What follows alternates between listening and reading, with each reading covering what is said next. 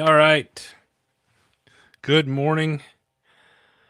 Happy Friday, everybody. I don't know what the hell's up with the lighting today. Wow. You guys know the routine. I'm gonna take a minute to get some of you on here first before we dive into everything.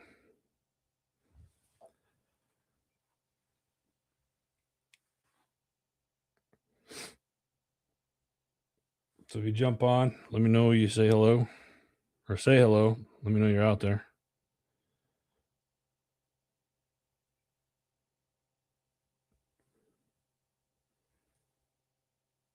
T-Dog, what's up, baby? I don't know if I like that last meme you sent me, by the way.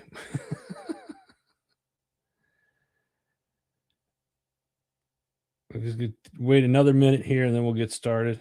Some people over on the IG, appreciate you guys. Thank you.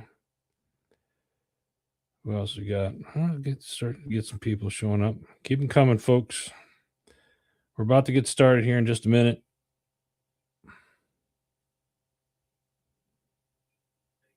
Just sharing this out. Stand by.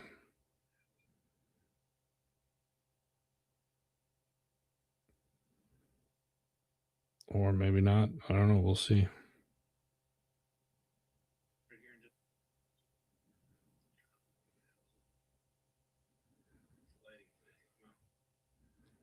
All right, good enough. How's everybody doing? You have others if you prefer. I don't doubt that you do. Yeah. Friday. Again, I do not know what's up with my lighting today. That is awkward. Anyway, let's it's 2 minutes after. Let's go ahead and get started. I know we'll have some stragglers come in. And I think I'm gonna start this week off a little bit differently. So first off, you guys probably noticed I brought the bow tie back, a little Easter tie. It's Easter weekend, and today is Good Friday.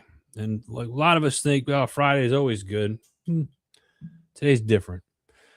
And if you don't mind, I would like, for all of those believers that celebrate Passover, that celebrate Easter weekend and whatnot, I want to start today off. I want to start Good Friday off a bit differently. And I want to start it off with John 19, verse 30. It is finished. It is finished. Lord Jesus, thank you that you completed the work of salvation on the cross. Thank you that nothing needs to be added to what you have done. Help me to live in the fullness of that victory. I received your finished work today. In Jesus' name, amen. It's important to me. And I wanted to share that with you guys today. And I know there's a lot of other people out there. So let's not forget what this weekend is all about. People are going to be online and say, it's not about Easter bunnies and this, that, and candy. That's all right. Do that stuff for the kids, but at the same time, let's educate and remind everybody what today is. It's Good Friday, and in 3 days, Christ will rise. And, today Jesus died on the cross for our sins. So I wanted to make sure that we respectfully highlighted that today. Malachias, what's up, bro? Appreciate you jumping on. Thank you. Make sure you guys share this out. And it's very, very seldom do I start a show off with a prayer. And again, for those of you that are just tuning in or that watch this later, that was John 19, verse 30. So let's dive into this week. It has been it's been a busy week this week, right? Crazy week. And what's today? Today the 3rd. Today is the 3rd. A couple days ago was April Fool's Day. This is the first. I am proud to announce that this is the first year that I didn't get had by anybody. A lot of that was because I didn't answer my damn phone, my phone at all. That's but one thing I think, and this is going to rub some people the wrong way. I'm going to say it anyway because it can be controversial at times. But NASA launched the what is it, Artemis 2? Um, Launched the astronauts on their mission to go to the moon on April Fool's Day. Did that really happen? Yeah, I mean it happened. But like, just think for a second, like that would be the biggest prank, hands down, right? NASA successfully launched um, astronauts, the first astronaut mission to the moon since 1972. And there's a lot of conspiracies that go in behind all of that or whatnot, but let's focus on the positive side of it. If this is the case and it's coming from NASA and it's there's a lot of Trekkies and space geeks out there, and I love all of you. I do. And I do I think this is cool? Absolutely. Do I think NASA is going to be the first to land on it? I think Elon might be, but NASA's got to come in and do this. Nonetheless, I think this mission is important. Um, Godspeed to the astronauts that are now on their way to the moon. Something different though, right? Kind of crazy. Like NASA, like, hey, let's launch on April Fool's Day. I get it. But some of the articles that you read, the people at NASA are like, we're not focused on this isn't a joke. We're really launching.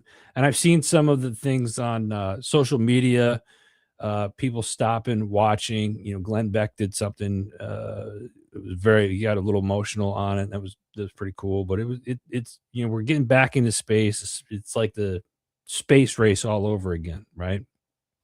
So let's see what happens. Nonetheless, I hope that they have a safe return. That's first and foremost. So, all joking aside, uh, to all the astronauts that are now on their way to the moon, Godspeed. Hope everything goes successful. That'd be a big win for us. What else happened this week? Man, there's just so much. Pam Bondi is out as Attorney General. A lot of people, were you surprised by this? I don't know if I was. The president announced Bondi's exit in a post on yesterday on Truth Social, saying that she would be transitioning to a much needed and more important role, a new job in the private sector, which is to be announced at a later date in the future. Spidey senses are going up, right? In the meantime, Deputy Attorney General Todd Blanche who is also one of President Trump's personal lawyers, is now acting Attorney General in the meantime. Really, kind of what's stirring up with the Bondi thing, and where is she going? That's so important in the private sector. Interesting. It's actually going a little bit faster than I thought it was. So we're going to keep going. Again, if you guys jump on, hey guys, see you over there. Thank you. Appreciate you. Make sure you share this out. I don't know. Maybe we're getting shadow banned a little bit because I start off with a prayer.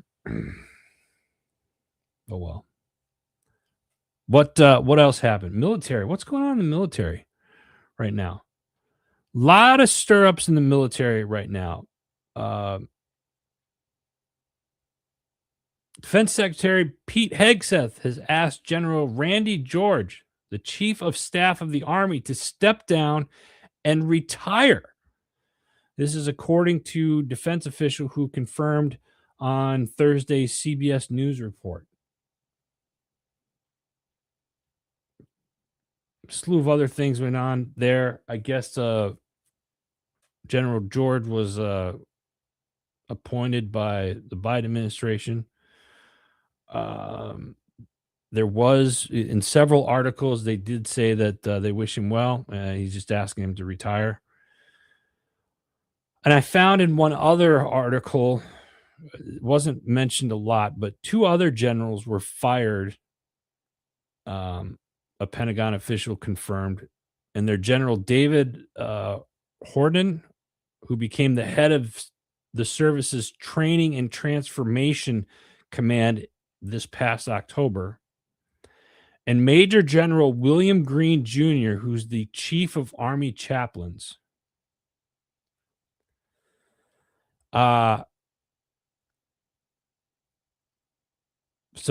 I found that very interesting. Army, the 2-star, who is the head of the entire Army chaplains, was fired, and they didn't give any real reason behind it, not yet, at least. So I've tried looking for it. I haven't found anything. If you guys see anything or hear anything, let me know. But I found that to be very interesting. I've got some inside sources looking into it as well. Ken, good morning, brother. Appreciate you jumping on. Thank you. So yeah, it seems to be a stir up down at the Pentagon right now. Army Chief of Staff, hey, you need to retire.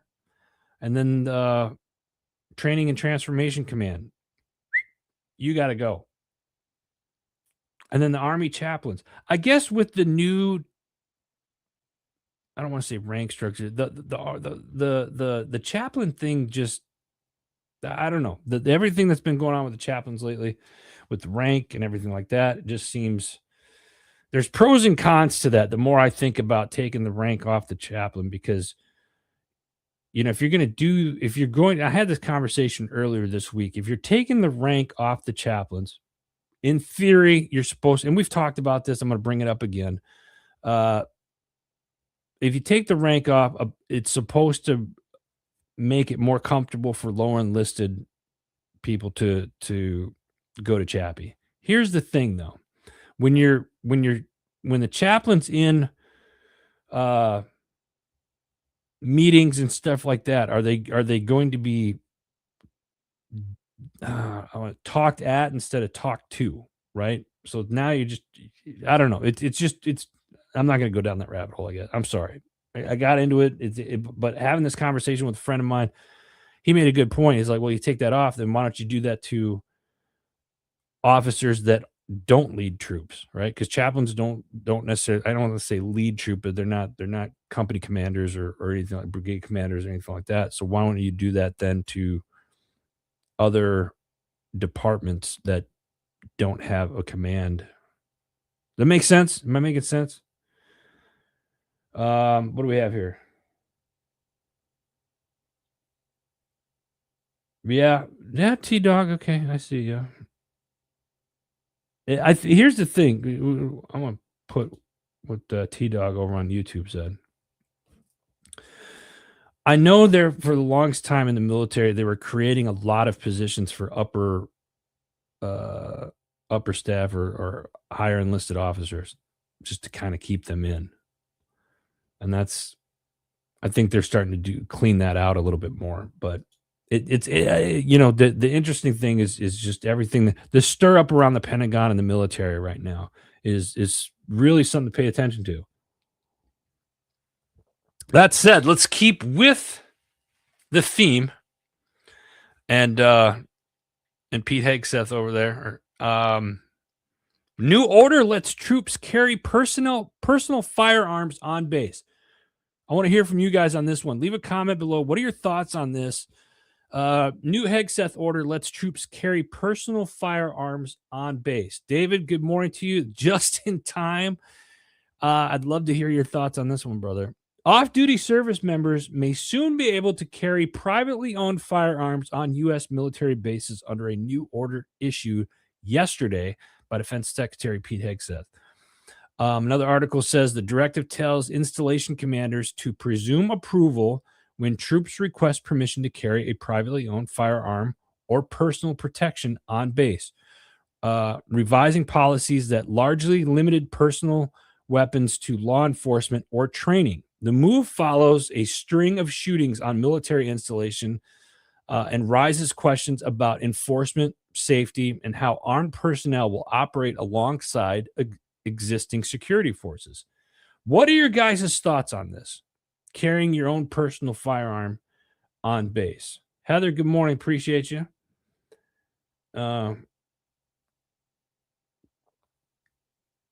We do anyway. He just made it legal. Oh, all right. Well, there you go.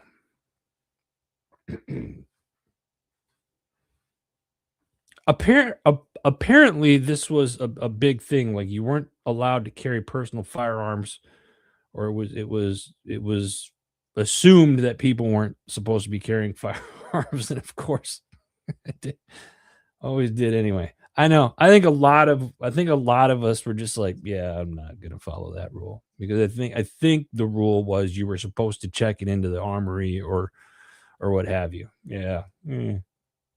That's not gonna happen. Stick it under the seat or in the glove box, whatever, right? I think this is a good move. One of the articles that I did read was, they gave the shooting that happened at, I think it was Fort Gordon. Don't quote me on that, but I believe it was Fort Gordon last year.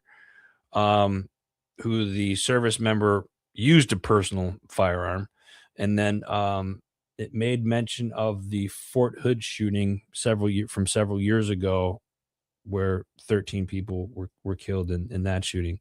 So, it's one of those things where, you know, it's Second Amendment, right? I'm gonna carry, right? Ducey made it legal.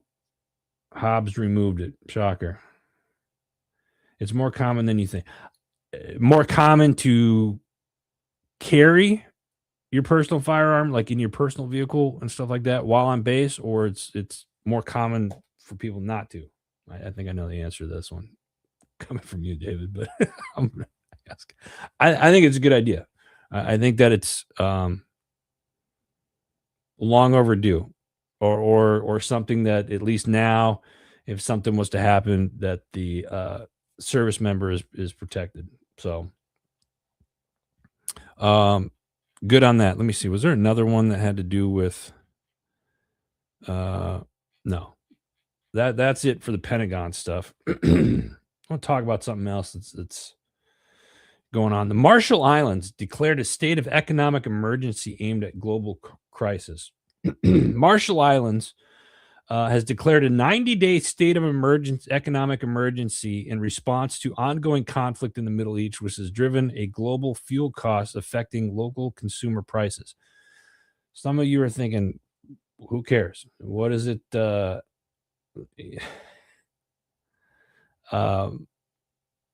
get the comments in a second, guys. What does Marshall Islands have to do with us? Well, you'd be surprised. The president of the Marshall Islands on the March 26th said Marshall Islands relies heavily on imported goods, including fuel, food, building materials, and other basic needs. The directive also ordered government agencies to implement strict energy conservation measures, cut fuel expenditures, and limit the use of government vehicles. The Marshall Islands, for those of you who don't know, it's got approximately 42,000, just over 42,000 people. It's 291 million $1 million economic economy. Geez, is primarily supported by U.S. grants under the Compact of Free Association, which accounts for 60% of the national government's budget. Here's a little history lesson about the Marshall Islands for those of you who don't know. The U.S. captured the islands from Japan in 1944 during World War II and became a strategic military base, which last I heard is still used to this day. From 1946 to 1958, the U.S. conducted 67 nuclear tests at Bikini and Edenwalk atolls, leading to long-term health and environmental issues for local population. After the war, the islands were administered as a trust territory of the Pacific Islands by the U.S. Independence. The Marshall Islands gained independence in 1979, entered into the Compact of Free Association with the U.S. in 1986, which provided financial assistance and defense support.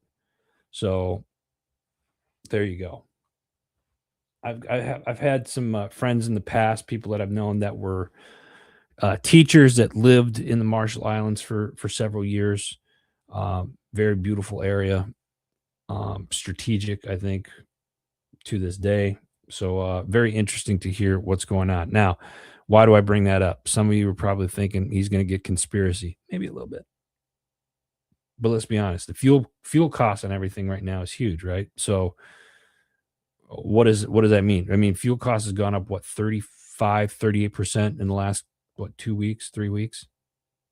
So, if it's happening there and it's happening in other places around the world, it's almost like, am I waiting for the other shoe to drop here in the United States? With that said, it got me thinking about something I said a couple of weeks ago to y'all. Was, even last year, thinking about some of the shows that we did, like, sometimes I said last year it's got to get worse before it's going to get better, right? And kind of in some of the people, somebody approached me after one of the shows and said, well, they're cleaning out the deep state and this, and this, and it's like, I can kind of see that theory, but at the same time, it's not a Republican Party or Democratic Party anymore. We ought to just wipe both parties out, start fresh. And what I would love to see is, like, people in the trades and people that are not politicians kind of take over and just like us, we the people, not me directly, but we the people. Can you imagine me being in charge of it? Good God. Whew. Anyway, I'm going off on a tangent. You guys have a tendency to make me do that sometimes. The 6 a.m. email that laid off 30,000 people. You guys see this? Oracle lays off up to 30,000 staff with an email. Tech giant Oracle has laid off thousands of its workforce in a massive job cut that could reportedly impact 30,000 employees globally, aimed at the company's push to fund more artificial intelligence infrastructure. Shocker. Employees in the U.S., India, Canada, and Mexico, and several other countries began receiving job termination emails from, quote, Oracle leadership, end quote, at about 6 a.m. local time Tuesday morning, sparking what could be the largest layoff in the company's history. Oracle's termination email to its laid off staff cited broader organizational, and they spelled organizational wrong, change in what is widely seen as a reference to the tech giant's recent push to build more AI data centers. I forget, I didn't write it down. I wish I would have, but Oracle's is a gabillion dollar company, and they just laid off 30,000 people. And then the CEO is what, third, fourth richest? No, I shouldn't say that. He's a very wealthy person. I'll just put it that way. And these AI data centers keep popping up. It's crazy to think. And with that in mind, I want to go to my next one here. Arizona hires Sullivan and Cromwell, preparing $4 million legal fight over the Colorado River rights. David, Ken, I'm talking to you guys. Matt, my Arizona, J-Mac, a bunch of people down in Arizona. This was recent. Well, it might have been a week or two ago, but Arizona is hiring one of the country's top law firms that signals readiness to take its Colorado River water fight to court. There's been an ongoing thing, I guess, now for years with the Colorado River and the water rights. And I'm just going to paraphrase and kind of sum this up briefly here, but Arizona already committed $3 million to the Colorado River litigation fund set up in 2025. State lawmakers are considering adding approximately $1 million more dollars during the 2026 budget. That would bring the total to the legal commitment around $4 million. Why is this important? Well, you guys have heard me talk about all this stuff that is happening in Arizona with AI data, big AI data centers, and they've got North Scottsdale is building like this $1 billion town that's supposed to do an X, Y, and Z. AJ Richards, good morning, brother. Appreciate you. There's a lot of building that I've been following some people on Instagram. I've talked to some. I got a friend of mine that's a builder down in the Phoenix metro area. He's been hearing things about it, starting to see things like this coming to fruition.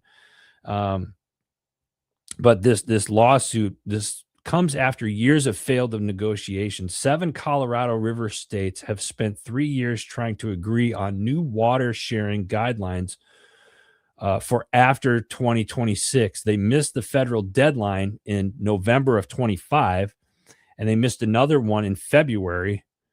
So the talks remain deadlocked. Here's the thing.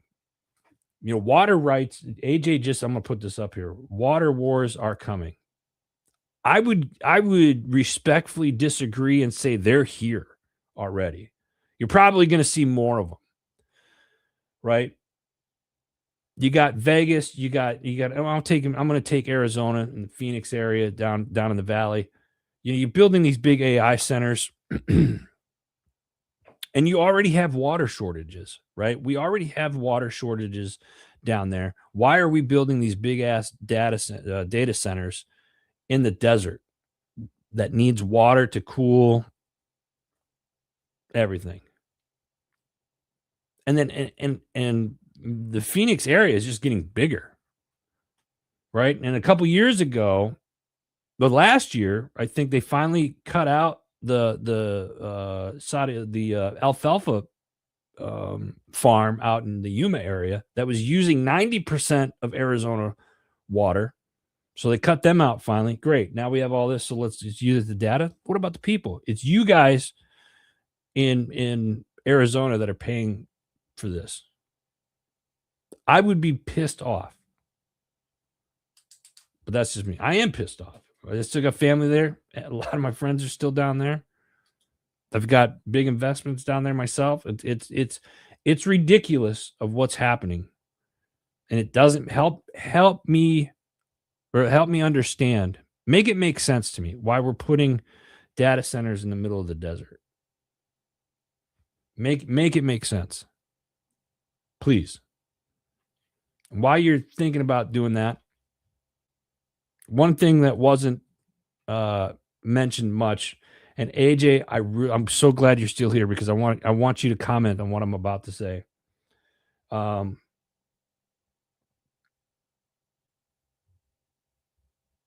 AJ, yep, they were growing alfalfa using Arizona water for side, and Arizona residents wasn't seeing any of that money. Ken, what do we have here?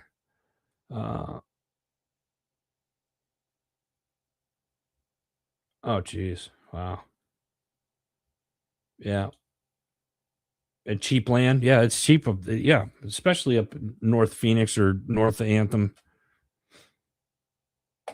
AJ, I want you to add to it. This is a big one. Nebraska wildfires have been going on a lot. And one of the biggest fires now, I think it was it burned 630 plus acres, is finally considered to be contained. Why is that important? Why would I be bringing this up?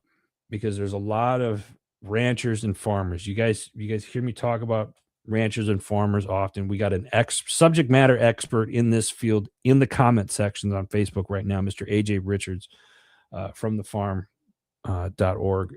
And AJ was just at CPAC. He just was at the White House with Secretary of Agriculture and a whole bunch of ranchers and farmers from around the country. AJ is a leading expert in this stuff, but it's food. AJ said it. It's our food. There is war on our food sovereignty. I've said this for the last couple of years, and mainly because of this gentleman, AJ, in the comment section. Keep an eye on Nebraska. That's all I'm going to say. Keep an eye on Nebraska, because there's three. There was three main fires. The one big one has been contained. There's two other ones that are still burning, and a lot of ranchers are losing areas for their cattle and whatnot. So it's something that we need to pay attention to, because cost of beef is going up as well. What do we have here? David. Yeah, okay. Before build, I don't disagree with that sentiment right there. All right. All right. That's it for the news stuff. Again, it's been a crazy week, y'all. Crazy week, and a busy one at that. With all the military stuff going on. I did read something else too, and I didn't put it in the queue today, but it was something about I think the Army's new ACT, the new combat test is finally being implemented too. That may be old news, but I'm seeing a lot of that around social media as well. So I figured I'd talk about it a little bit. A lot going on, and I'm really curious to see what happens with Pam Bondi. Let's not forget, friendly reminder, let's not forget what today is. Today is Good Friday. And those of you that are coming in late, I started the show off with a prayer, John 19, verse 30. Go ahead and look that up if you'd like. Yeah, because for me it's important. But let's get into some things. We got some events coming up starting tomorrow, Manana. Annual Heritage Fishing Day with our friends down at Green Valley Hunters Paradise. Thank you, AJ. Yeah. This is a great place to be. This is down in Bath County, Virginia. It is beautiful. You got to go over several mountains to get there. It starts at 12. But if you're looking for something to do and you're out east, I would strongly encourage you to go check out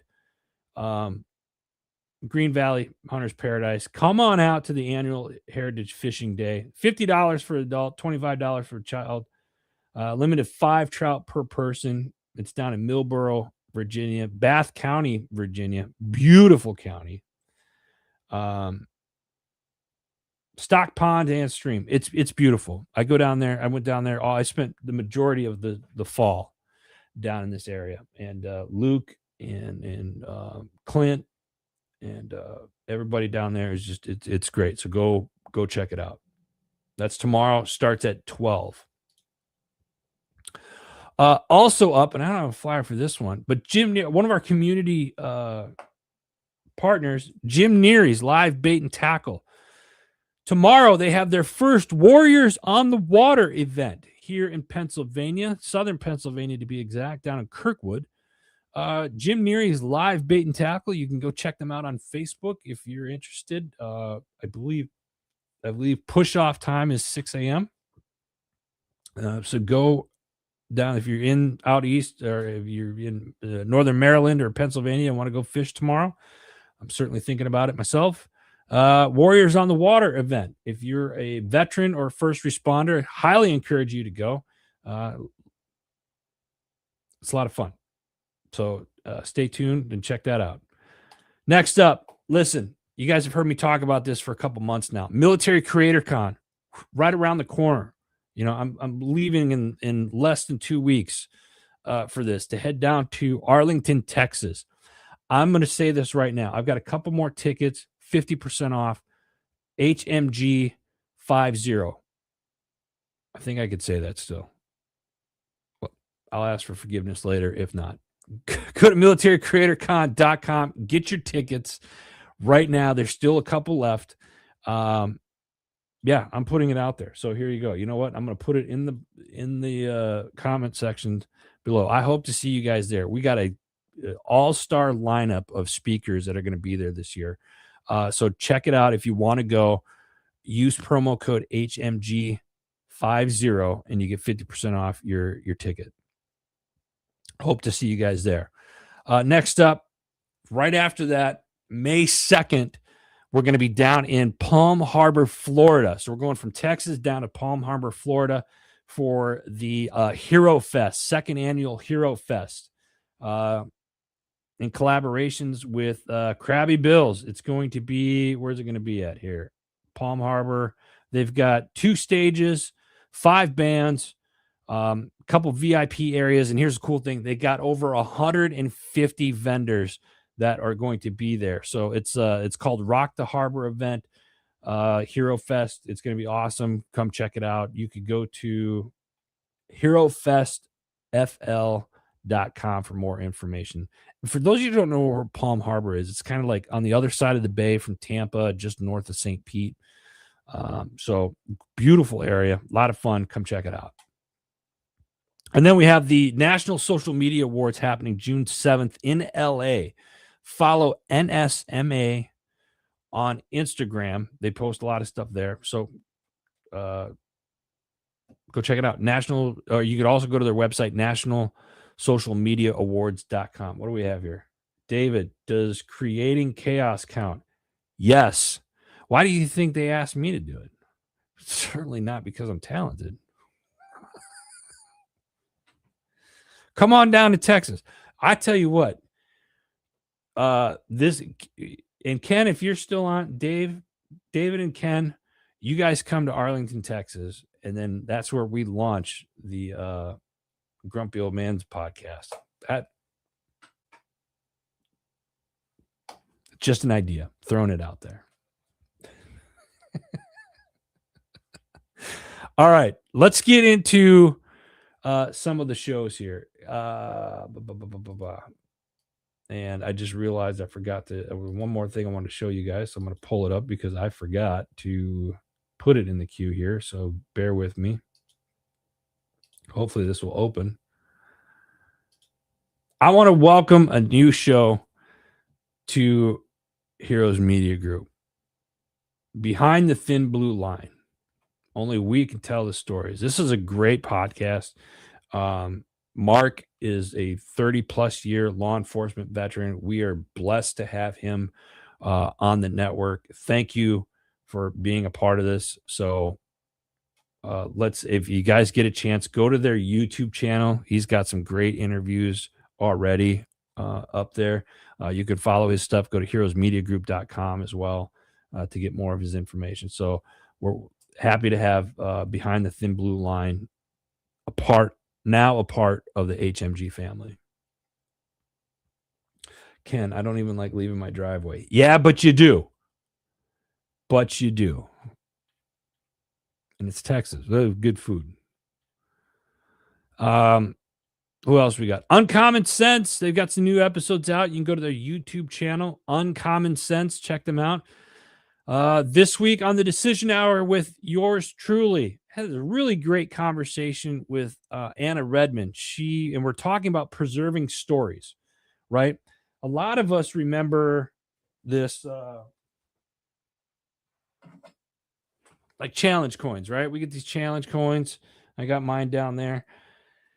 Now they're digital challenge coins. So you could take a challenge coin, digitize it, and then put the story behind it, the meaning behind it, how you got it. You can give it to a friend or what have you. A lot of us, we like the solid, we like the physical side of it. We all know, veterans, military personnel, we know what it means to have to be coined, right? It's a part of our traditions and whatnot. It's here.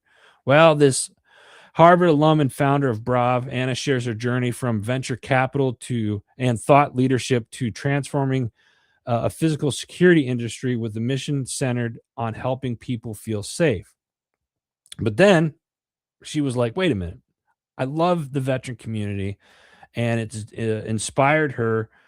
The stories behind the challenge coins inspired her to create a digital twin system that preserves each coin's story, strengthens connections, and builds a lasting legacy through blockchain technology. So they're taking this and what they're doing is you can put this on the blockchain, and underneath it, and I've been testing this out.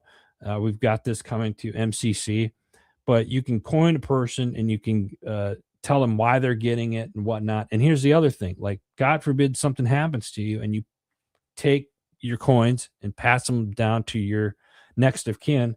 They can get on and see why you got the coin, the story behind the coin, where you got it, the purpose of it, et cetera, et cetera. It's pretty cool. So check it out. That's the decision hour this week. What do we have here? I ain't repeating that, David.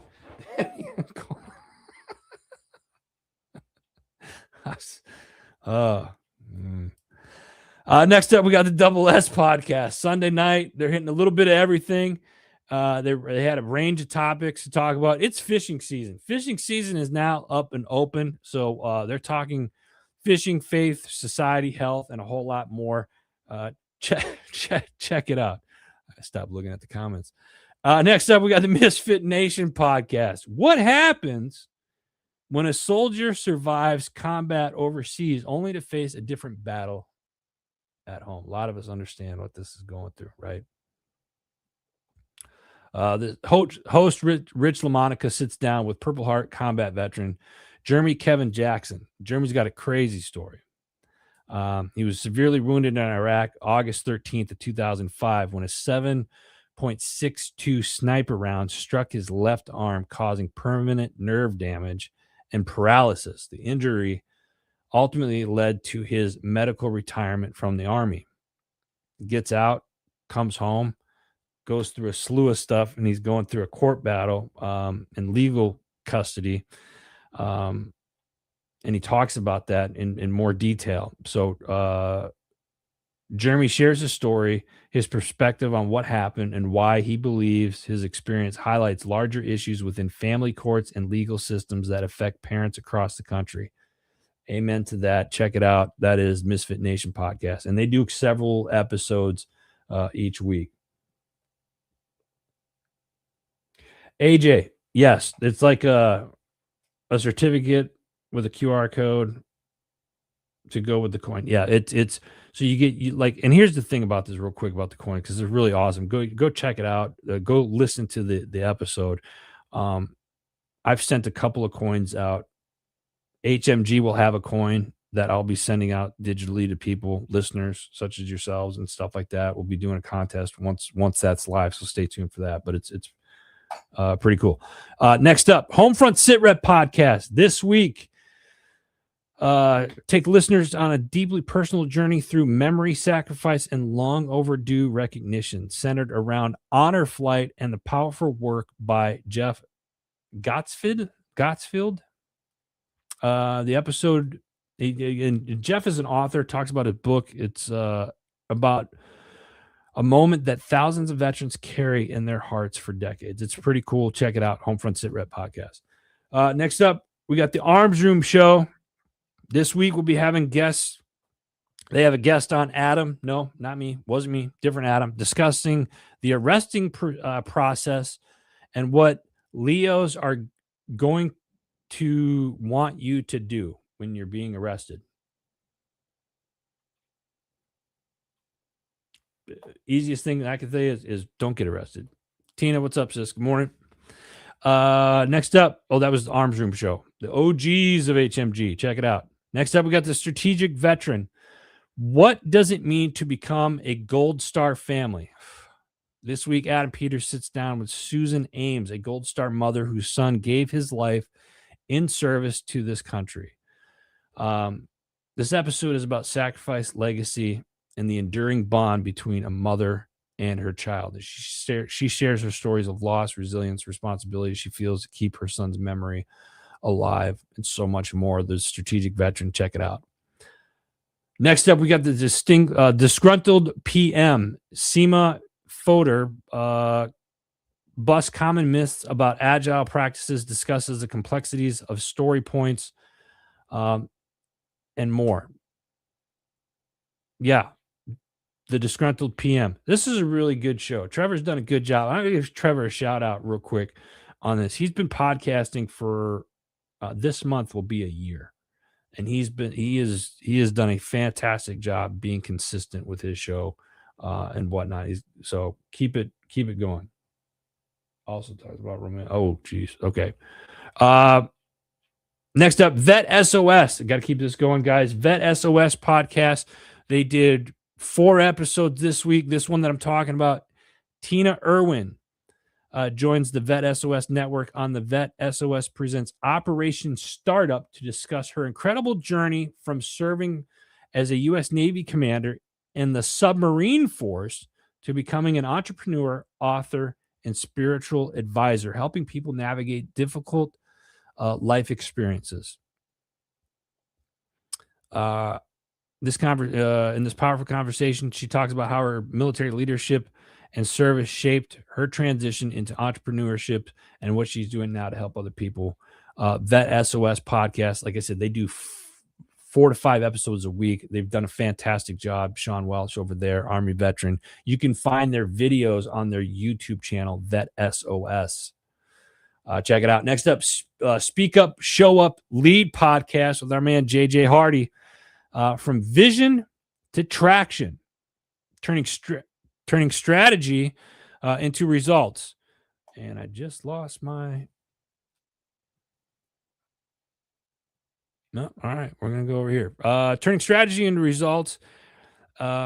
Vision is easy. Executing it is where leaders have a problem, and that's where they get exposed. So what they're going to break down: why strategic plans fail, and the cost of vague goals and unclear direction. That's Speak Up, Show Up, Lead podcast with our man JJ Hardy. Check it out. Stay with me. Just got a few more left. Next up, Label Free podcast. This week, Andrew Aaron, a seasoned sex therapist, marriage counselor, and author, to explore the complexities of love, connection, and intimacy. Andrew discusses his latest books, Love is Simple, But We Are Not, a powerful collection of articles designed to help individuals and couples better understand their emotional landscape, strengthen intimacy, and navigate the ups and downs of modern relationships. Check it out. Label Free podcast. What do we got next? We got your 6 at 6 with the People's Patriot Project. This week, Earl Jackson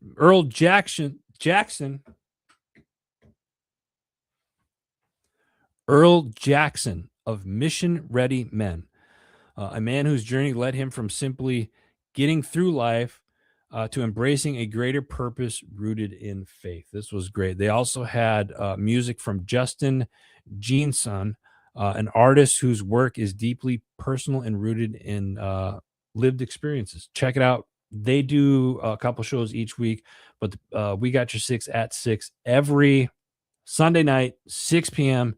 Central Standard Time. So make sure you guys check that out. This thing is just, I can't believe this thing took a crap on me. That's all right, though. I can get that out of the way. A couple more.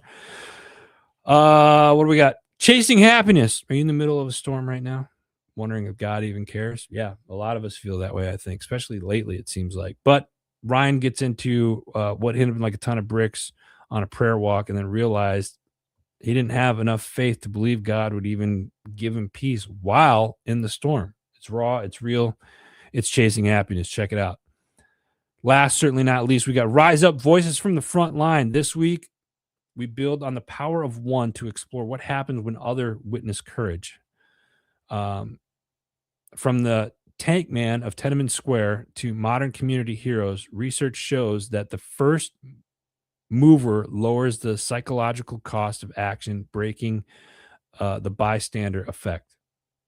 This was a cool episode. A lot of information in this one. Rise Up, Voices from the Front Line.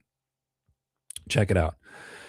Shout out to our community partners, our sister company back here, HMG Beverage. You can go to hmgbeverage.com or hmgcoffee.com.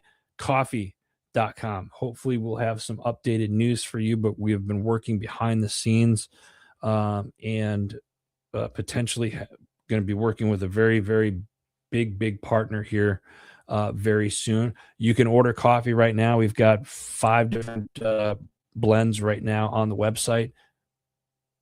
I think 5, whatever. Go check it out, hmgcoffee.com. Place an order. Use promo code HMG10, give you a 10% discount. My tax fella, how many of you have not done your taxes yet? Yeah, you need help, go to mytaxfilla.com, talk to Anthony, get it done right by the professionals. All right. I mentioned Green Valley Hunter's Paradise. I'm going to put them back up here because this is tomorrow, their annual Heritage Fishing Day.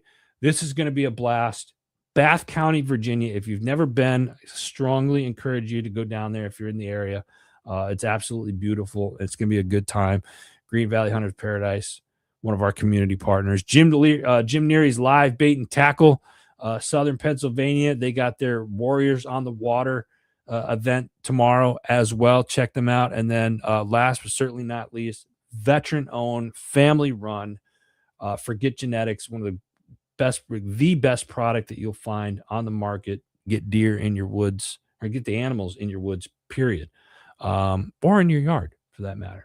Go check them out, forgetgenetics.com. Guys, remember this weekend, what today means, right? It is finished. It is finished. Let's remember what this weekend is all about. Jeremiah, what's up, brother? We're just talking about you a couple minutes ago. It's Easter weekend, and say a prayer for everybody. Those of you that celebrate Passover, those of you that believe, then this weekend is, you understand the significance of today. I'll say this: we'll be here next week. I hope everybody has a wonderful, peaceful Easter weekend. It is finished, just like today's show. It is finished. Thanks for being here today, guys. God bless you. God bless America. Love you all. We'll see you guys here next week. Take care.